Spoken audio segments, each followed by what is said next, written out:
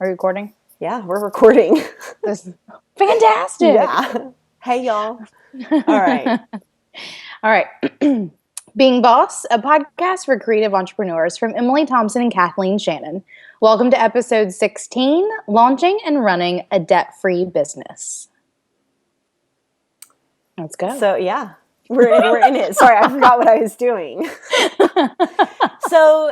I think that there's this conventional wisdom out there that you have to spend money to make money.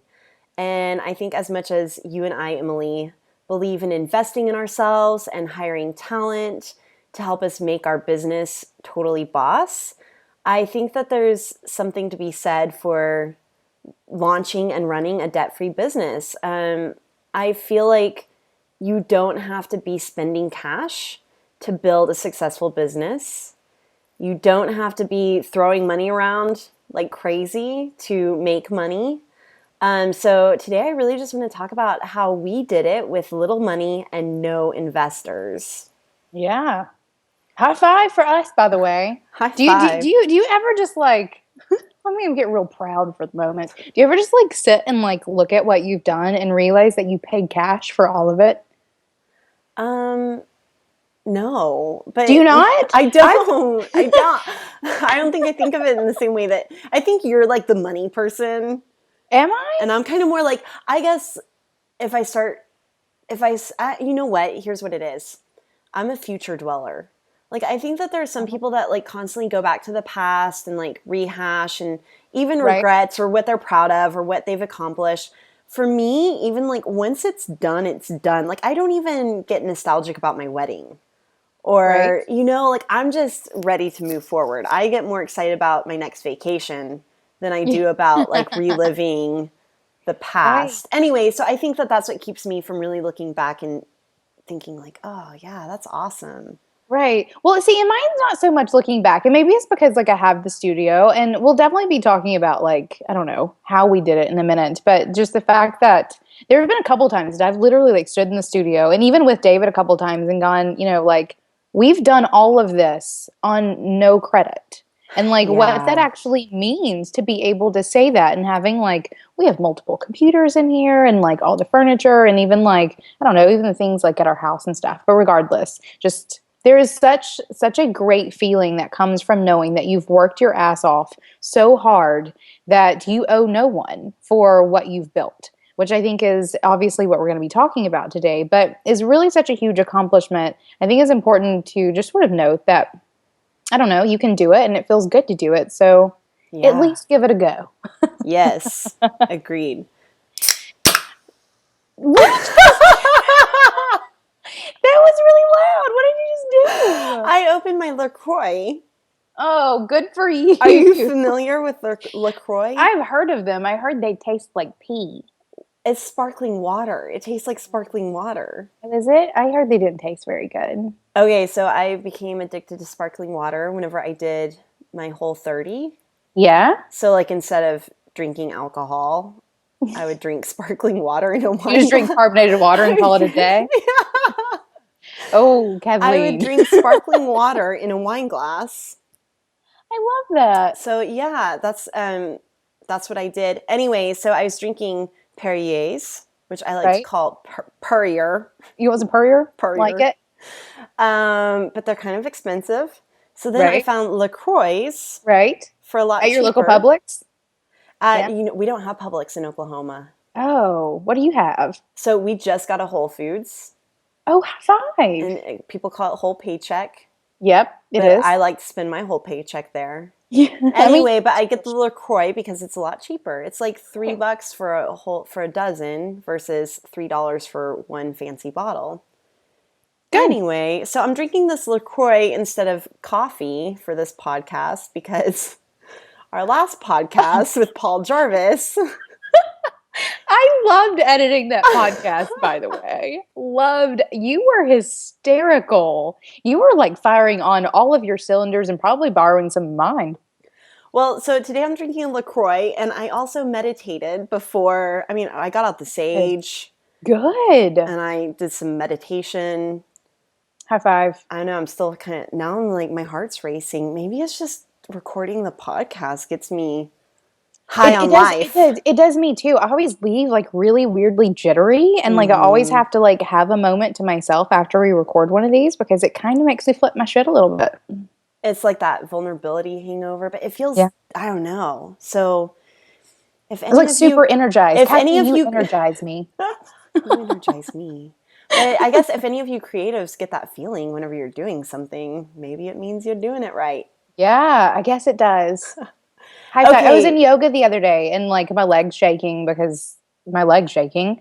And she said something about like if you're shaking, it means that change is happening. And I remember thinking like, damn. So every time my voice gets shaking when I'm trying to speak to someone, change is just happening. Or maybe I'm losing it. Who knows? A little bit of both. All right. Okay, so running a debt-free business, like let's just Mhm. start from the beginning. Let's do it.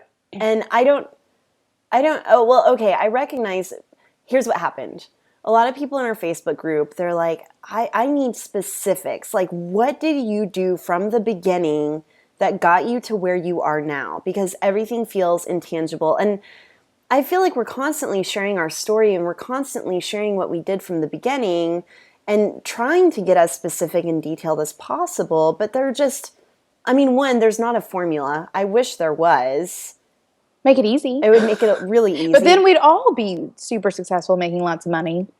Oh, As that's the we goal should though, we isn't it? should be We though. should be. So I guess what I was thinking is, okay, what really has gotten me to a place where I kind of feel rich and financially free and successful. And I if I had to start from the beginning, I think it's never taking out a loan, never even in some ways accepting money from investors, Hmm.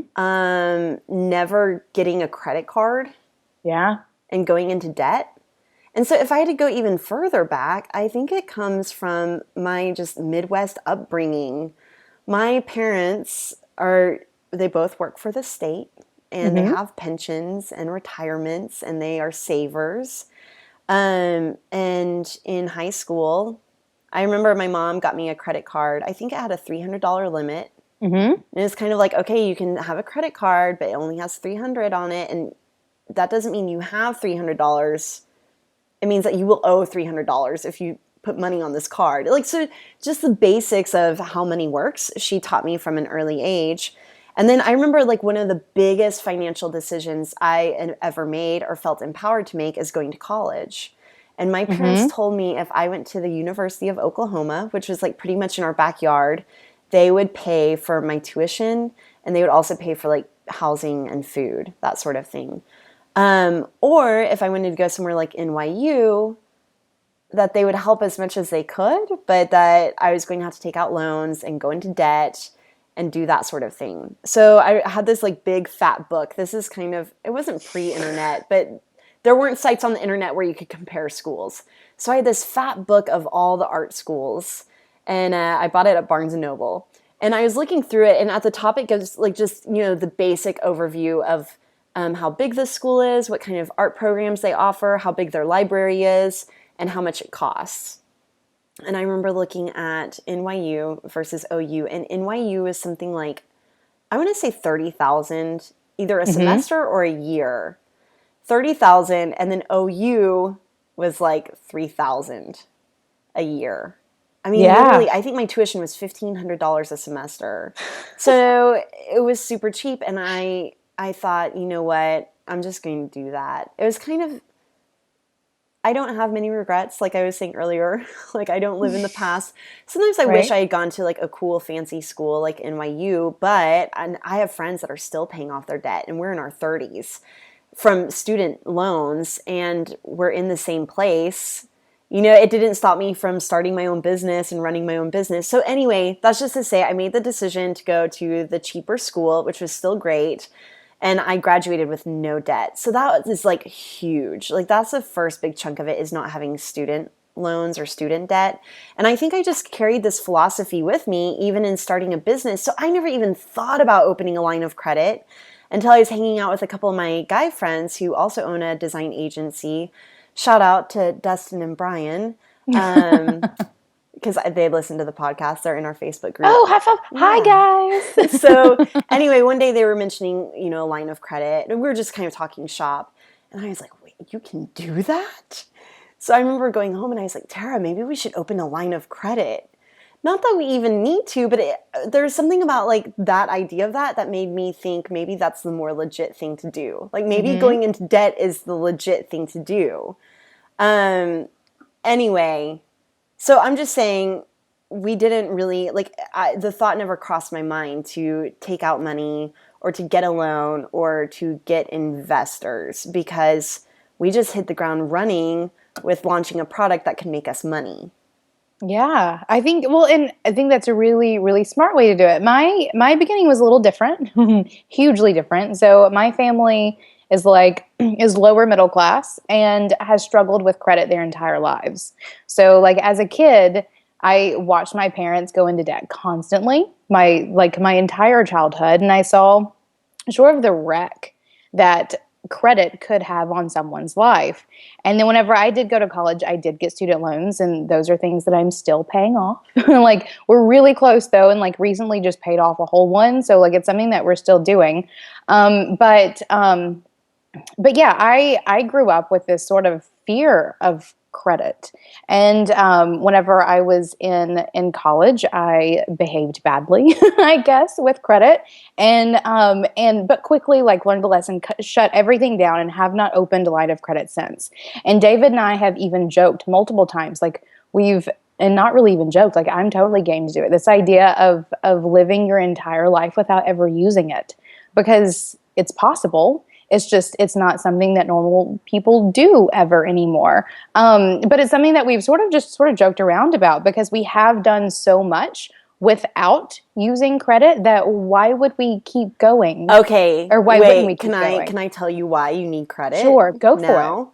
Okay, so my brother, the sideshow performer who I've Right? mentioned before, so I guess my parents never trusted him with a credit card. Like they never gave him that $300 credit card. Right? But literally he has no credit. So he has a hard time like whenever people run credit reports on him Yep. because he has no credit, it looks like almost like he has bad credit. Yeah. Okay, Well, see, two, that is a total thing. right. So, and then two, and so that might affect your ability to buy a house or things like that. And then, Right? or if you do ever need to, I guess this goes against the point. I was like, if you ever need to apply for credit, Right? it's kind of a catch-22.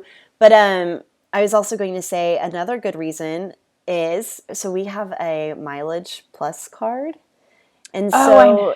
so we put Yeah. everything on our credit card and then we get free miles. And so we basically get to fly for free to Yep. places because we put everything on the credit card.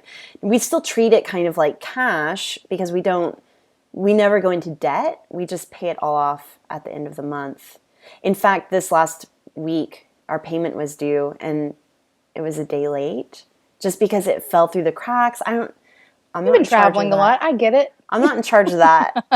But it was paid a day late. And so my husband, Jeremy, he called and he was like, we're never late. Can we get the late fee taken off? And they took it off. So that's another Oh, trick. If amazing. you just call your credit card company, you can ask for lower interest rates and for them to waive fees, like late fees, if you're always really good about paying it. So anyways, I think Sure. those are a couple of good reasons to have credit. Sure, they are. And it's not something that David and I have totally just like marked off the list. And we're actually in the same place where David has never needed credit. Like his parents paid for his college.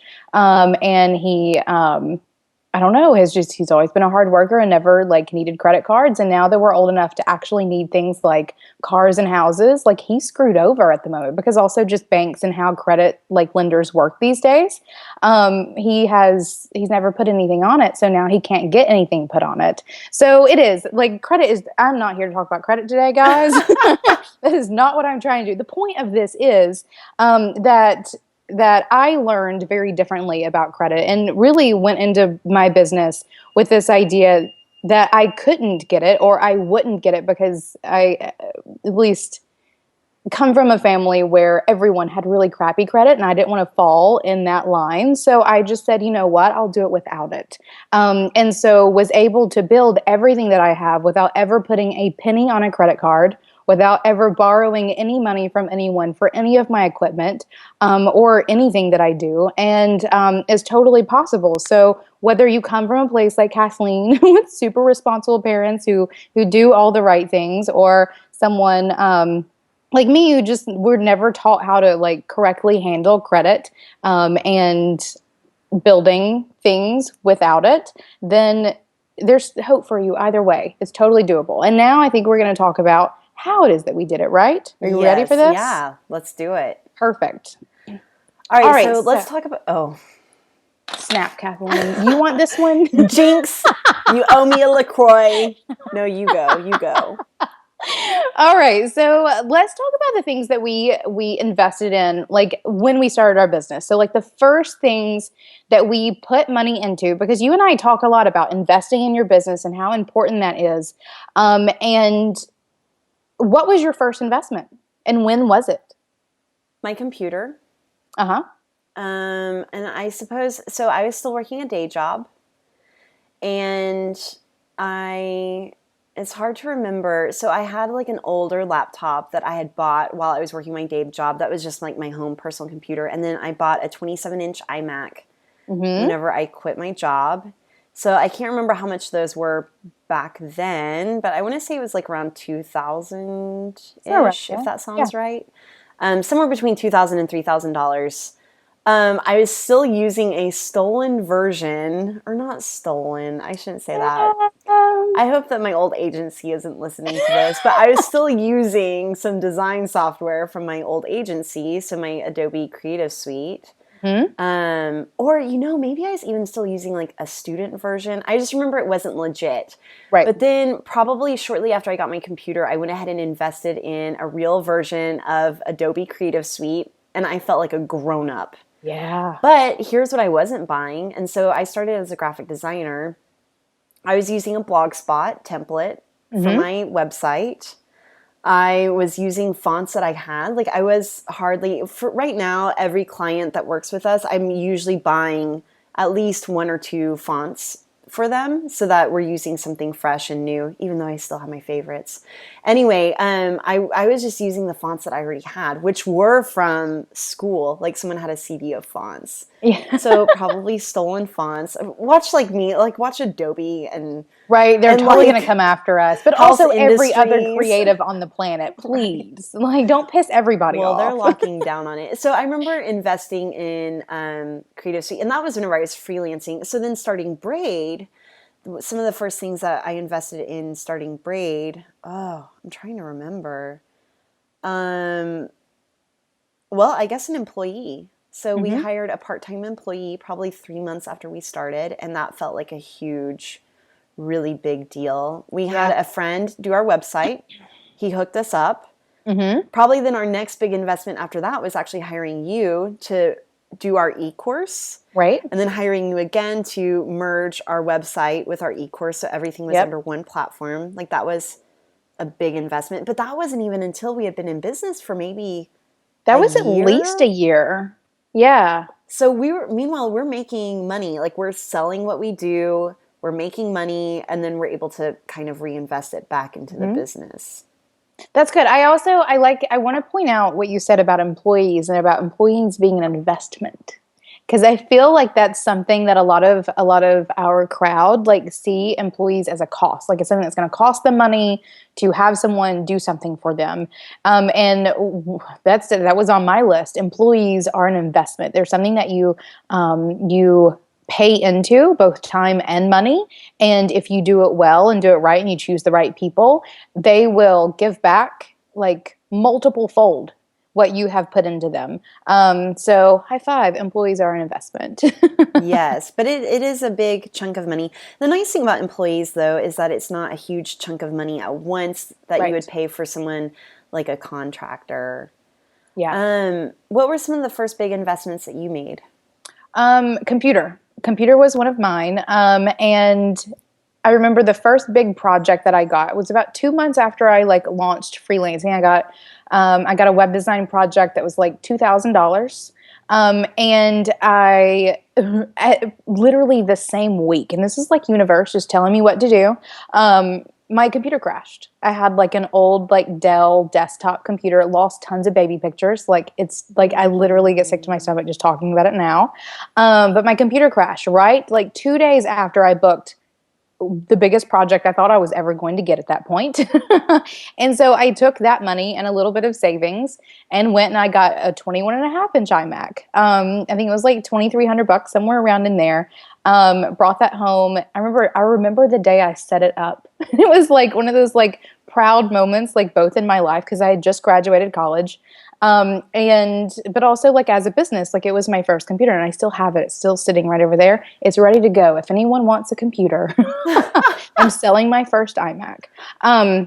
But I think computer is really important for any online business. I think if you are running a business online, you have to have the tools to run a business online. And for creatives, like it's a computer, or online entrepreneurs, it's a computer. If you are creative in nature and that you need like a good computer to actually like do your skill, computer. Like don't Yeah. work off of a crap computer. That was one of the first, or it was the first thing that I invested in. Also software. Like I used the student version of Adobe for a little while, but then I did invest in the full one. Um, I remember doing well the productivity stuff like todo.com or whatever that like TEUX, Oh, but that's like DEUX. $5. That's a $5 app. It is, but it's still like that's it's even small things like that. That's true. Investing, because a lot of people have a hard time getting nickel and dime like that over these recurring things. Yeah. But that was one of the first things that I invested in. $5 to make me more productive was a great $5 investment. Or like these days, apps on iPads are one of those things that most people are like, ah, a 99-cent app? Bitch, if it's going to make you more productive, then you need to spend 99 cents on that app. So productivity tools were one of those things that I invested in early because I had no ad agency experience. None. Like I Right. had to make myself productive. So productivity skills or tools were really big for me. 6 months into it, I invested $1,000 into being a partner of Adobe Business Catalyst, because they have a partnership program for their developers. And that for me, I realized immediately how important it would be to have that additional like revenue stream. So I was putting all of my clients on Business Catalyst anyway, and by investing and being a partner, I got 20% back on the hosting fees that they paid, and that wasn't much. I mean, I'm talking like $4 a month for like each of my clients, or something like that. Yeah, I'm like, how much money are you making off of me? I'm Well, just kidding.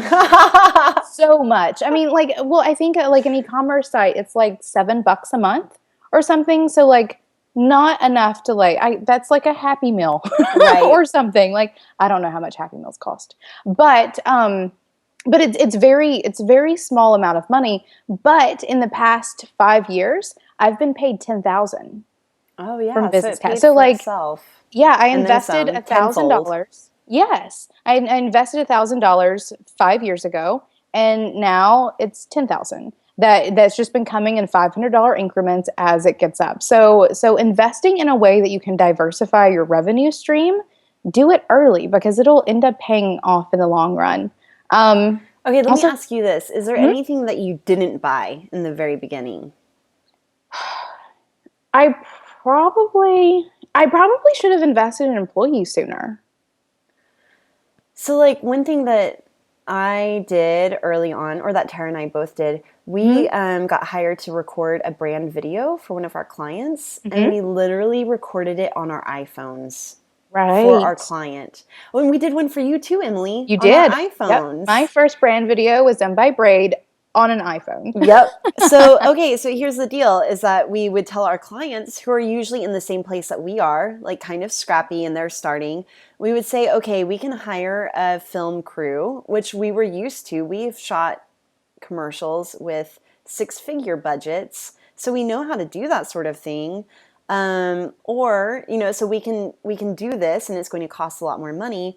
or we can just do it on our iPhones for you. We don't offer this at all anymore. But by the way, we work with some great people for their for brand videos. If you ever need a brand video, Choate House in Oklahoma Hmm. City. They're amazing. Anyway, so we just work with them mostly now, and we have a couple of other partners that we use. So anyway, but we were shooting brand videos on iPhones. Now I could have gone out and bought, I was also shooting a lot of photos for blog posts and things like that. So I probably could have said, well, I need a Canon Mach 3, Mach 5, whatever is out at the time. You know, I need to Whatever that spend number is. D7, D5. Anyway, I need to spend a ton of money on a camera, which like I like nice things. And so I wanted to do that, but I didn't. Hmm. And those videos were great. Like they Yeah. served all of us well for what they were. We did our own video. I'll include a link to it. I'm going to include a link to our very first iPhone video that got us so much business. It's about a road trip that Tara and I took to Texas, and there was this like cow that was born, and it was amazing. I loved it. It was So, one of my favorites. oh, and it's also pre-locks, so you guys will get to see what my hair looked like pre-locks. So anyway, I will post that in the show notes. But all that to say, you can do a lot with a little bit of equipment. Another example, my brother, I'm calling you out, Donnie. So he's a sideshow performer, and he wanted to start a podcast. He's so jealous of our podcast, by the way. Oh, He's like, good. oh, because he Well, wants I'm one jealous so of his bad. mustache. I'm jealous of his life. He gets to like swallow swords for a living and travel the world. So anyway, he was like, "Oh, I want a podcast." I remember a few years ago even he was like, "Okay, I'm going to do a podcast." And I was visiting him in Brooklyn, and we went across the street to the Target, like the Target in Brooklyn, and found a microphone. It wasn't a Yeti mic like ours. It was like a Hmm. little ball. I don't remember the exact brand. Anyway, we bought him a mic, and he was like, I'm going to do a podcast. And it's kind of like, I don't know, the equivalent of buying yourself an expensive pair of jeans that's a size too small so that you can like lose weight, you know, incentive. And Right? I think that sometimes that works, but I like to do the opposite because my brother never recorded a podcast. He never used that expensive microphone that he bought. So I think it's like better to shoot on the iPhone or to record a podcast using your iPhone microphone buds because it works. It's Yeah. fine. You don't need the fancy stuff. So I would say like prove it to yourself that you're actually going to use this equipment that you want to buy all the time or use this equipment that you want to buy. Like prove it to yourself that you're going to use it all the time. I just jumbled that up. Anyway, yeah, you know what I'm saying. We get it. So yeah, prove it to yourself first that you're actually Yeah. going to use it and then buy it. And I think again that comes from like my Midwest upbringing. Like I would tell my parents, I want a keyboard. I want a keyboard so bad. And they're like, okay, why don't you play the piano that we have in our dining room first? And if you play the piano every day for, you know, a month, we'll buy you a keyboard. Did I play the Yeah. piano every day? No. But I did go out and like skateboard every day, so they had no problem buying me rollerblades or things that I would actually use. So I guess this is like, how can you prove it to yourself that you're actually going to use something before you invest a ton of money into it?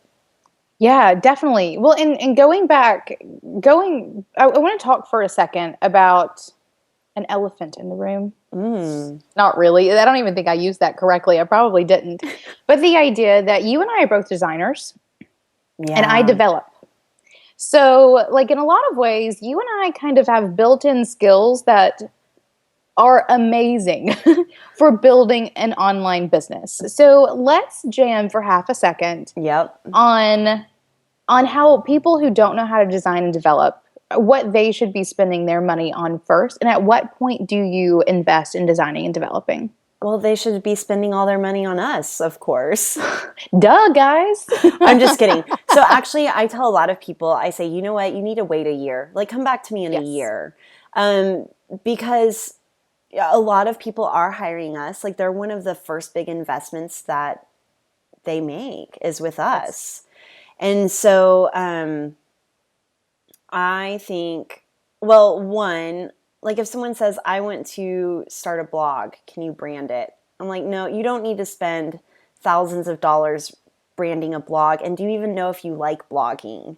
Right. A lot of people haven't even started writing.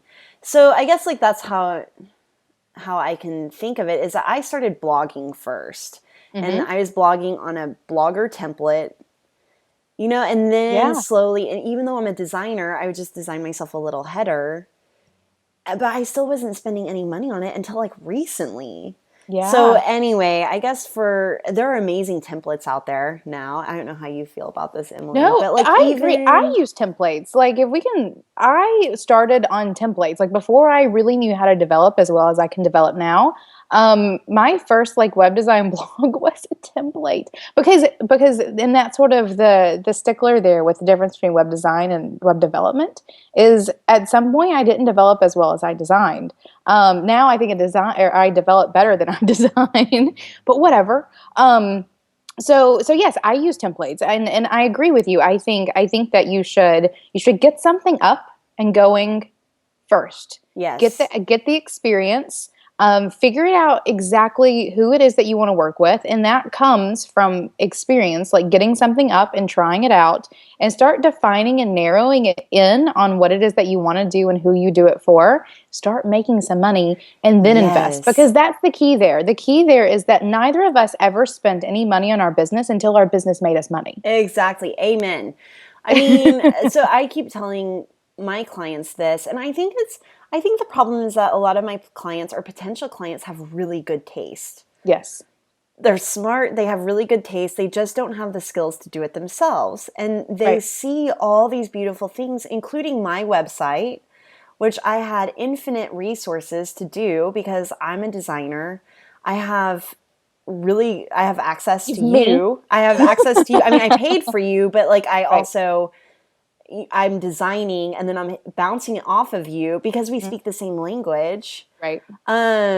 They see my brand video, they see my e-course, Yep. and they want all of that stuff right out the gate. And I get it. I totally get it. But you're gonna spend $20,000 to $30,000 getting all of that stuff out the gate. Yeah. So, what I would say is start with the thing. Like, don't think about your brand, don't think about your video, don't think about your digital product. Think about the thing that you do, why you do what you do. I think it's Simon Sinek's. I'm not sure if I'm saying his name right, but he has a book on why. I'll include it in the show notes. I can't remember the name of it, but he also has a TED Talk as well. So we'll include that in the show notes. But it's start with the purpose. Start with why you're doing what you're doing. What is it? What do you have to sell? What is your service or what is your product? Um, Yeah. so if you And do what have a and product, use something like Etsy. yeah. There are so Yeah. many templates and sites that you can use and start there. And then once you prove it to yourself, once you make a little money, you can then reinvest that back into your business. Yeah. My first web design projects were sold from Etsy. They were not sold from my own website that I had designed and developed myself. They were sold from Etsy. Like using what you have available to you is so important. But I also like want to make the point that like some people are leaving a side hustle or no, leaving a day job with savings or with a want to jumpstart something because they're leaving a day job and they want to go into a job that's going to be making them like relatively good money right off the bat.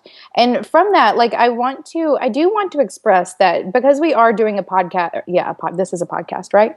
Because we're doing a podcast on how to run a debt-free business, doesn't mean that you shouldn't, that it's completely unheard of to invest in your business right out the gate.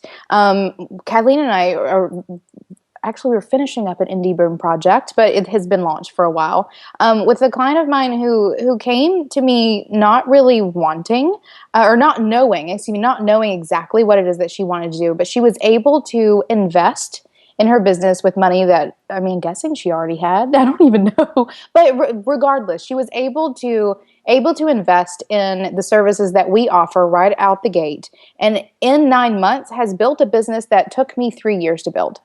That's true. Um, So sometimes if you can spend that money right up front, you're going yeah, to grow much faster. much The faster. thing that just scares me for people with that is that if you haven't had any clients or any experience through grassroots efforts or on the ground efforts before you ever even have anything ready to go, Yes. how do you even know if you like what you're about to do? Yeah, there has to be some level of experience that comes. Like, you don't quit a day job and then decide to start an ice cream business one day and then see what happens. Like, like Right. that's definitely not the course that we're.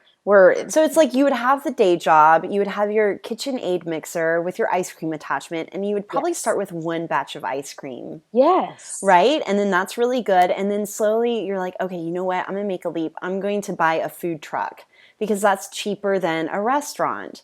So then Right. you invest in a food truck, which is probably a whole lot of money, and the permits and all the stuff that goes along, insurance, all the stuff that goes along with that. But like you start there, and then that's really successful. And then you launch a restaurant that serves Yeah. ice cream. I was recently in Marfa, Texas with a bunch of really rad ladies, and I got to meet Malia Mills, who is a swimsuit designer. In fact, so Sophia, I can never say her last name. Vergara? Yes. Yes. So she's on the cover of Vogue right now wearing one of Malia Mills' No swimsuits. way. Yeah. So I got to sit right next to her and her sister, and they run their business together, which is called Malia Mills. And I was asking her, thinking about our listeners in mind, I was like, how did you start? And she said, I started with one swimsuit. You know, you start, so she started sewing with one swimsuit, got one customer, and slowly over time, over years, probably 10 or 15 years for her, she's been able to open 14 stores and her online site. So, I mean, she's huge, but Right. um, but it started with one swimsuit and one customer, and then one store, and one store turned into two stores.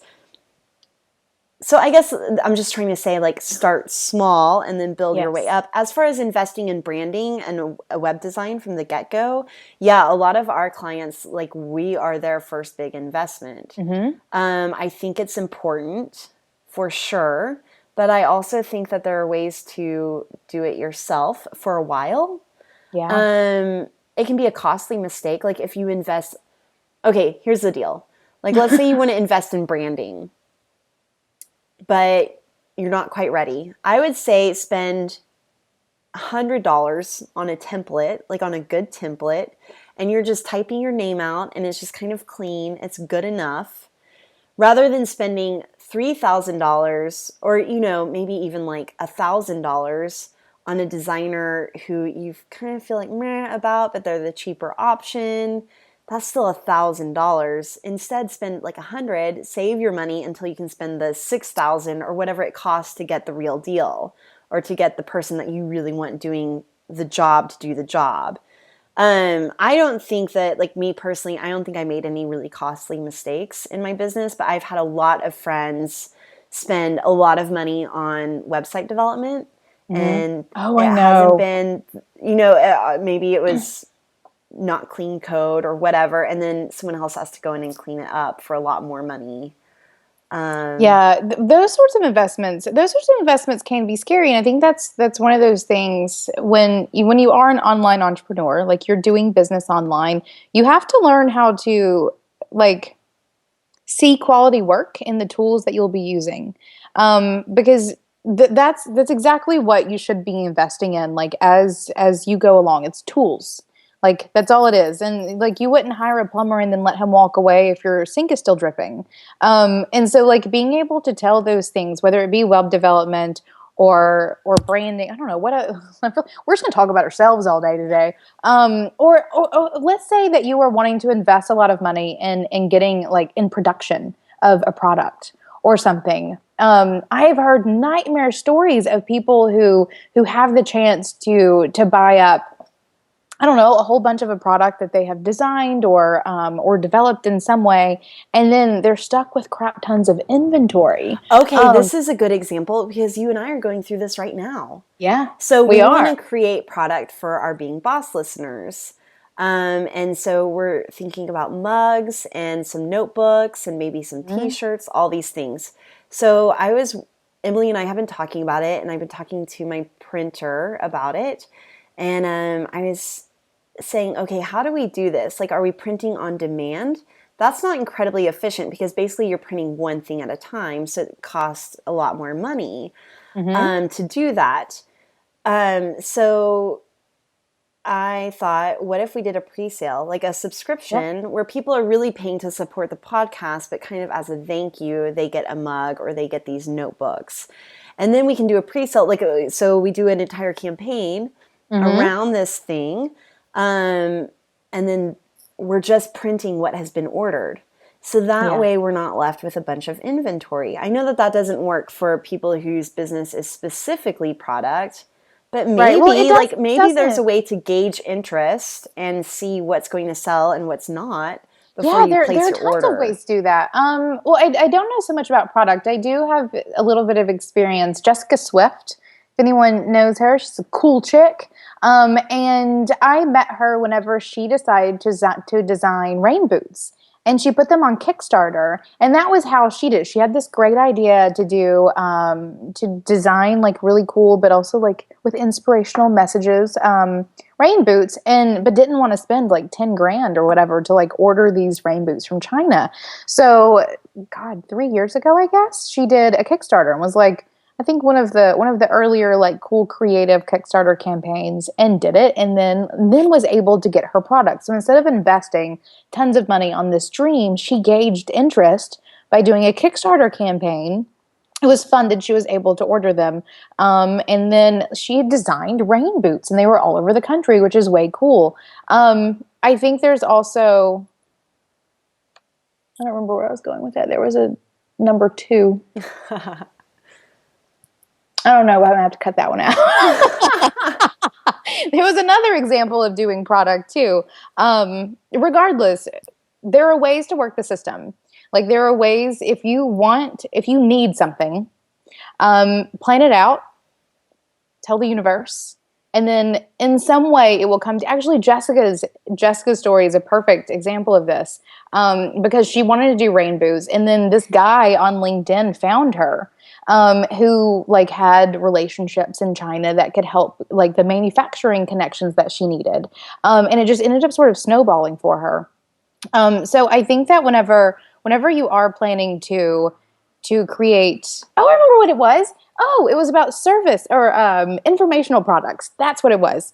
Example number two, informational products is instead of hiring out someone to develop your e-course and plan your content and write it, put up a page and tell people to go sign up if they're interested. They'll get a freebie, and you can gauge interest on a particular topic before you put out sometimes tens of thousands of dollars for a massive development project to test your new program or your new e-course or your new coaching offering, whatever that may be. There are less costly ways to test ideas than investing lots of money before you know what the interest is. Yes, I think that's genius. So, number two. Okay, so past the first year of investing, we know it's important starting out, invest in your necessary tools. Like, what tools do you have to do the best job that you can? And then, other than that, just wing it in a lot of ways. Get templates, trade people for services, like a bunch of newbies getting together and trading stuff. It's Yes. how magic I mean, happens. I think that we worked in trade, Actually, yes, my right? branding was in trade for e-course development. And I usually don't, we don't work in trade anymore though. We're like, No. we'll trade cash just because we're so tricky now. I mean, just as far as like everything Oh, that we're David would doing, spaz out I if he know. wasn't with cash. It's easier to keep track of cash as like an exchange of effort and time than it is to keep track of what we're actually doing. Does that make sense? It is. At Well, least and for we're you and I. big enough businesses now that it's simply easier to do it in cash than to worry about, okay, like, do I have to monitor my time that much? Like, that's more Right. stressful for me now. But in the beginning, we were both in a place where, sure, we had some extra time. Like, I'll do that project for you. You can do it for Yep. me. And it was an even trade and it worked out perfectly. So I think, like, in the beginning, that's a completely viable solution for getting the necessary tools and just pieces of your presence that you need to really rock it out. Because goal number one is not to blow out all of your cash.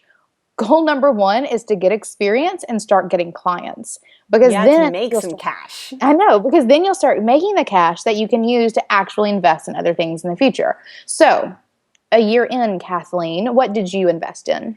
Okay, a huge one. I was trying to think of like the most expensive thing I invested in.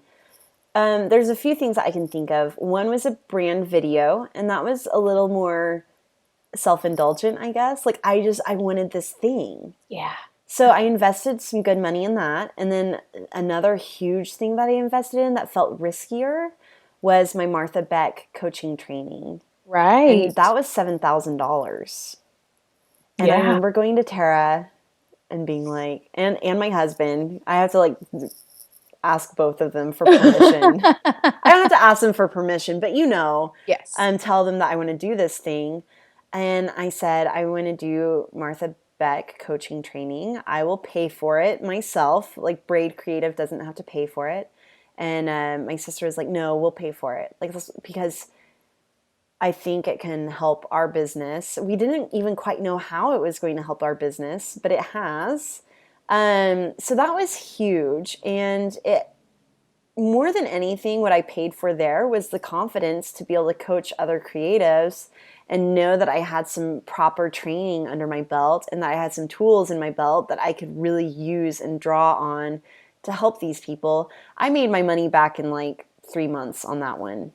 Yeah. So I made it back fast, and I continue. Now um, it's invaluable. Like I can't even put a return on that investment. I guess I could look specifically at just my coaching clients, but I Right. bring that training into everything. I bring it into our podcasts.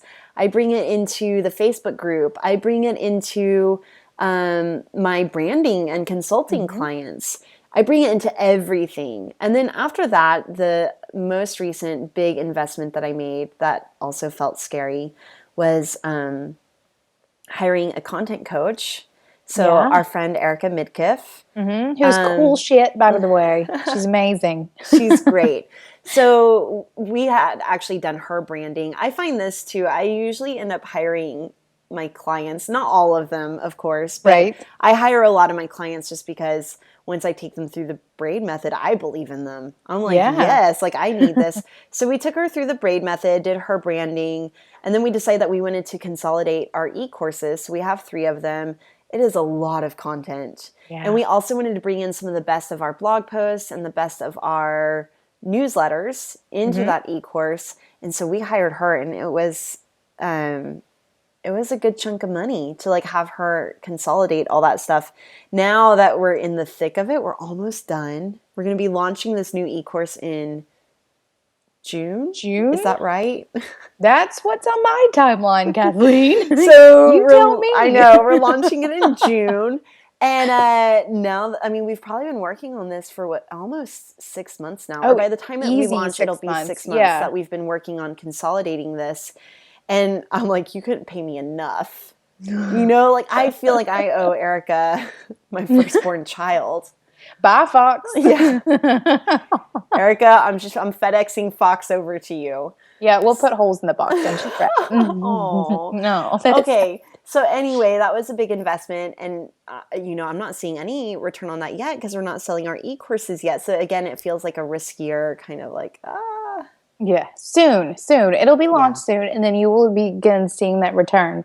Are there any other things you invested in, like about a year in? Another employee. So we hired. Yeah.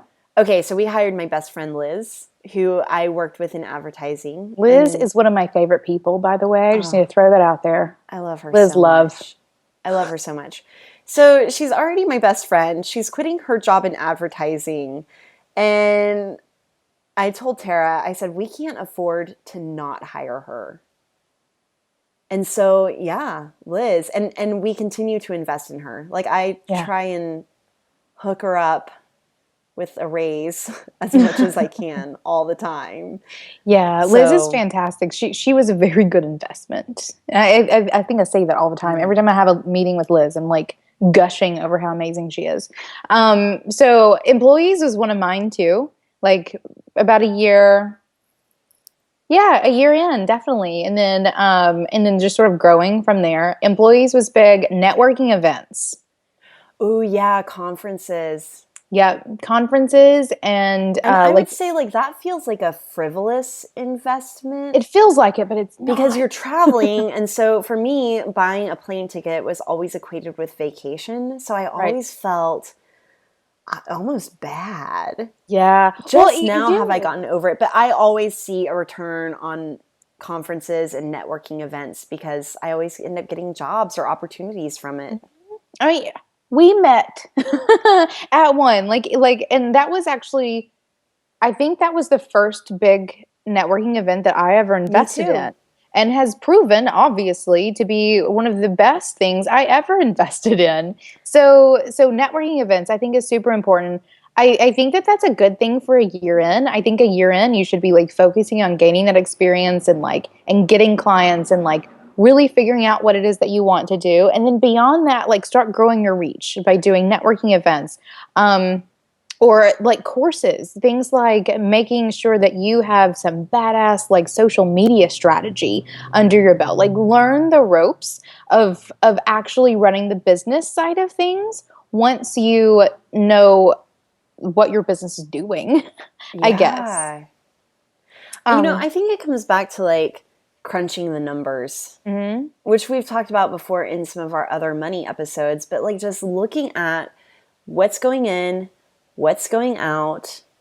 Again, FreshBooks, I mentioned Yeah. them. I mean, they are a sponsor, but for real, I use them to look at what's going in and what's going out and to really get an assessment of how much money I have to spend. Yeah. And Don't so, spend more than you make. I mean, it's exactly, it's kind of as easy as that. it really is. It really is. And so, make some money. And even if, I mean, I know that a lot of people, as someone in our Facebook said, you don't make money in your first year. I was like, I did. I did too. So that's a myth. Yeah. You don't have to go into debt and you can make money in your first year. You can make good money in your first year. Yeah, well, Um, and I want to take a moment too. Oh my God, I didn't even tell you about this email that I got the other day, and I can't. We'll talk about it later. But let's talk about like money mindset. And we have I think two podcasts on this at the moment. Like go back and look at our other podcasts because money mindset is everything. I went into my business having to make money. I graduated college. David and I graduated the same time. He wanted to do the grad school route, which meant and he had like a research assistantship, which made a little bit of money. It paid the rent.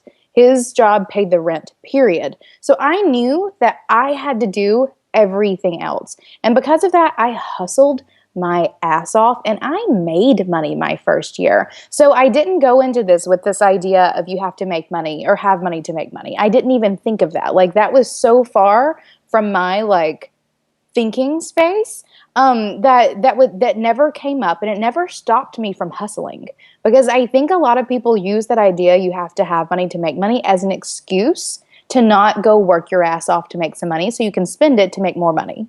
Snap. Oh, I'm sorry. That was Emily's tough love because it's true. Like it is simply that mindset that's going to make the difference from the very beginning. Because you can go in this to make money, or you can go in this sad because you're not making as much money as you want to in the beginning. Man, man, it gets me really heated up. We have to talk about the email later. It's a serious one. Okay, so we will talk about that email later.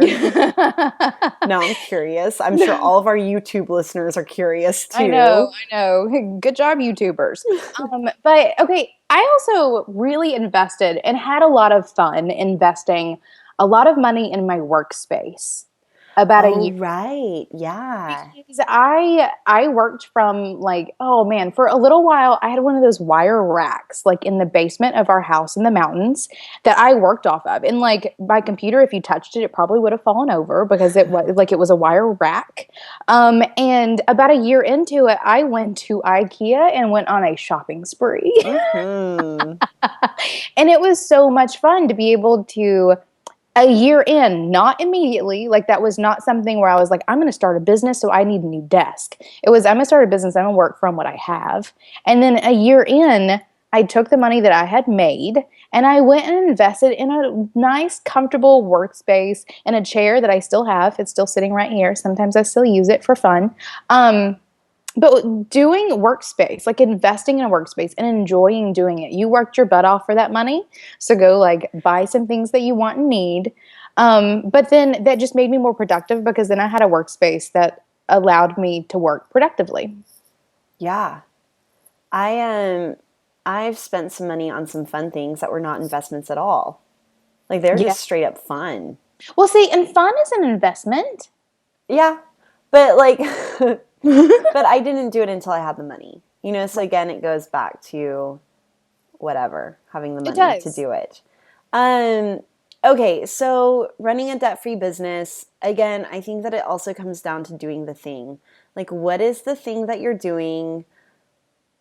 What do you have to offer? What do you have to sell? Are you telling people how to hire you? Yeah. Like sometimes I feel like our podcast, like I just want to say that in every single one. But are We you should just put that telling in the outro. but are you telling people how to hire you? Yeah.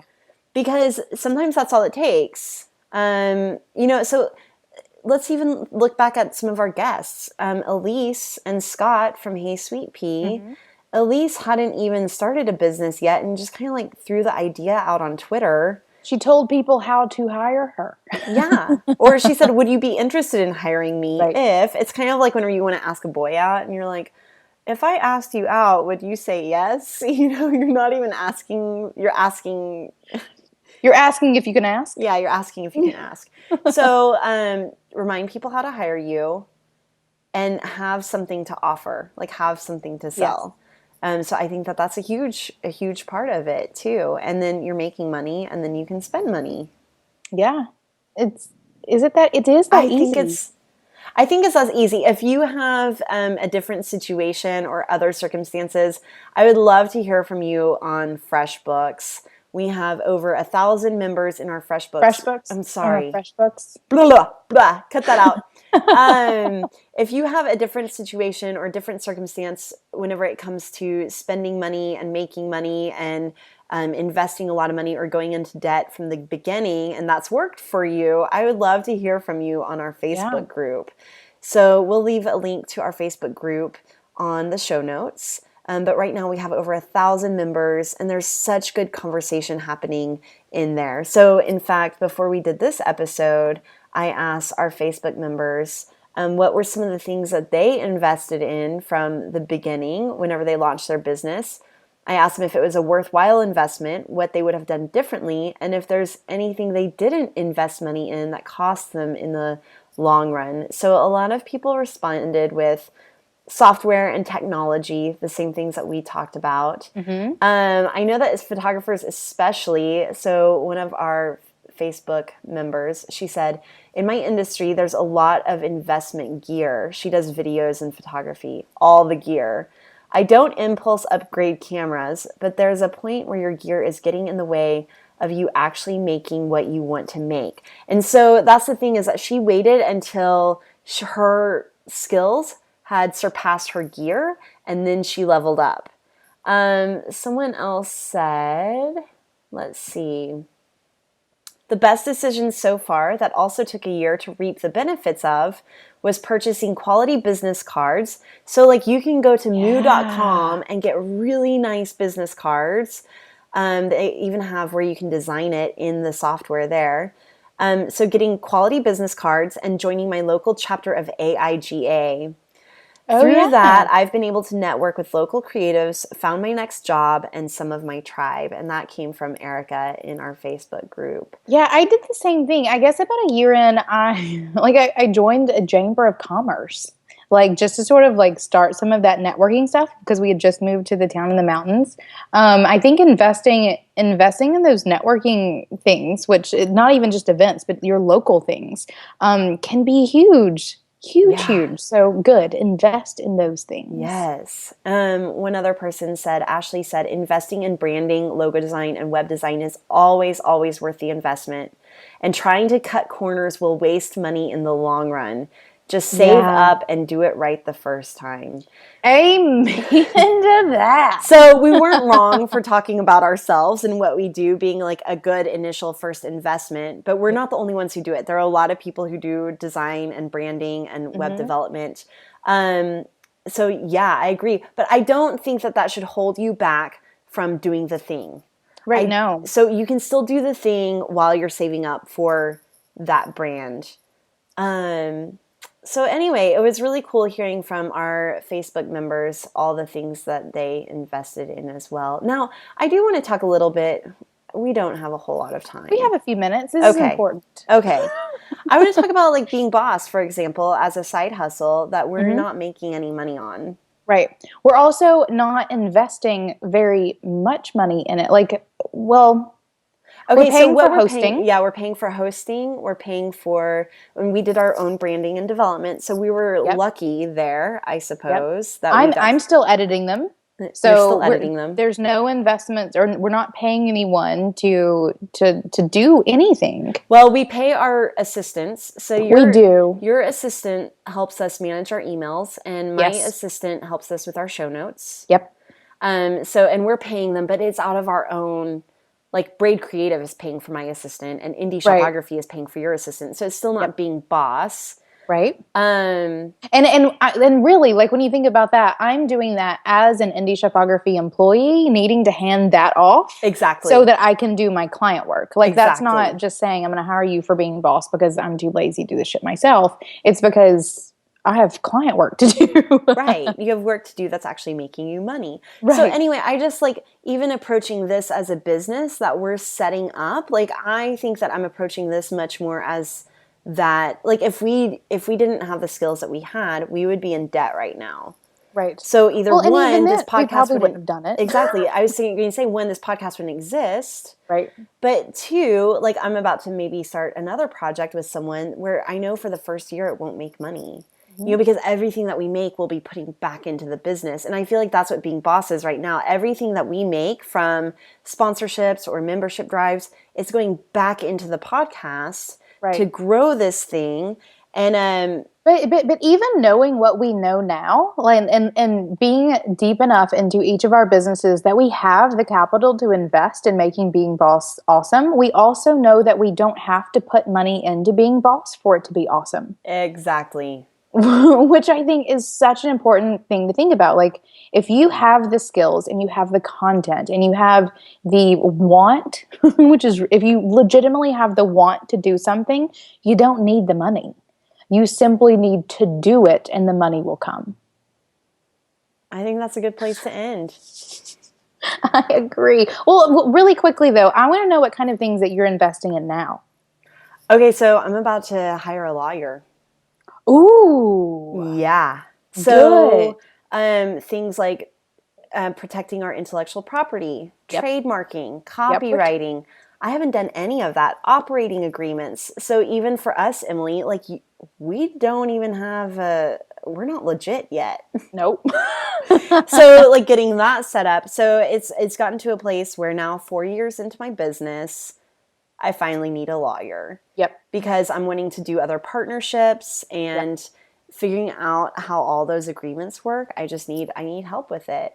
So that's a huge thing that I'm about to. So professional services. Yeah. It's huge. I want to like shine a light for half a second on how important investing in continuing education is.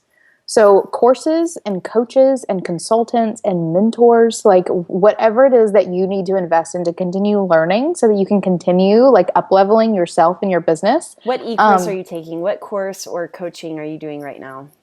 So I have my sales coach, Kendrick. I also, yesterday, I bought into that course that Elise and Scott were talking about on the Hey Sweet Pea episode. Yes. Create awesome online courses. How much is that? It's $97 a month for 12 months. So $1,200-ish. Yeah. Over the course of the year. And so I'm thinking about doing a course, like a big, crazy course. We'll see. I'm going to get through it. See how the energy is flowing or Let's whatever. Do it for being boss. I don't hate that idea. Okay, so also, oh, sorry, not to interrupt you. What was I going to say though? I don't know. Oh yeah, so you invested in that course. Yes. I invested in like a moon goddess course. Oh, fun. Yeah, like that's just for fun. Totally woo-woo. But still, well, and again, I also, and fun. Like that's another thing that I'm investing in a lot now. I've worked my ass off. I have hustled it out. 5 years into it, I can invest in self-care for my brain. And that means like doing fun things that I really just want to do to make me happy.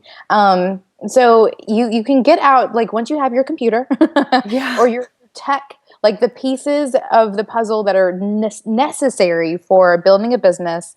And then you get things designed and developed so that it is you and so that you can sell to the masses. That's the point when you can start putting money into like just general self-care and happiness because you did the hustle, you did the work, and now you can have fun. But regardless, you can do all of this without going into any debt if you learn how to work the systems. Yes. Amen. Amen. Get that trial of FreshBooks and just have your 3 clients. Just archive and unarchive as needed until you can afford to do it. Free trials, I still operate off free trials all the time. I got one today to record the podcast. Good. A free Well, trial. I think free trials are magnificent. I also think that payment plans are the creative entrepreneur's best friend. Yeah. Um, it's totally possible. So I don't want to hear it from anyone that you have to have money to make money because that's a load of horse poo. Because Kathleen and I are prime examples, and hopefully our Facebook group will have tons of people giving tips on how they have done it themselves because lots of us do it. All right. Thank you for listening to Being Boss from Emily Thompson and Kathleen Shannon. Find show notes for this episode at lovebeingboss.com. Listen to our past episodes and subscribe to new episodes on iTunes, SoundCloud, and Stitcher. And if you like our podcast, show us some love by reviewing Being Boss on iTunes. So actually, I have to say, the other day on our Facebook, I asked our Facebook fans to leave us a review on iTunes, and they did, and it launched us into the #2 spot on all of business in iTunes. So we were just under Pat Flynn. So Pat Flynn, if you're listening to this, we would love to have you on as a guest on our show so that we can get in the #1 spot. Just for a day. Like, just let us in for a day. Just a day. We can find out whenever you're releasing your podcast so we can release ours on a different day so we're not competing so we can get into #1. So anyway, yes, show us some love by reviewing Being Boss on iTunes and share it with a friend. Let your friends know about this podcast.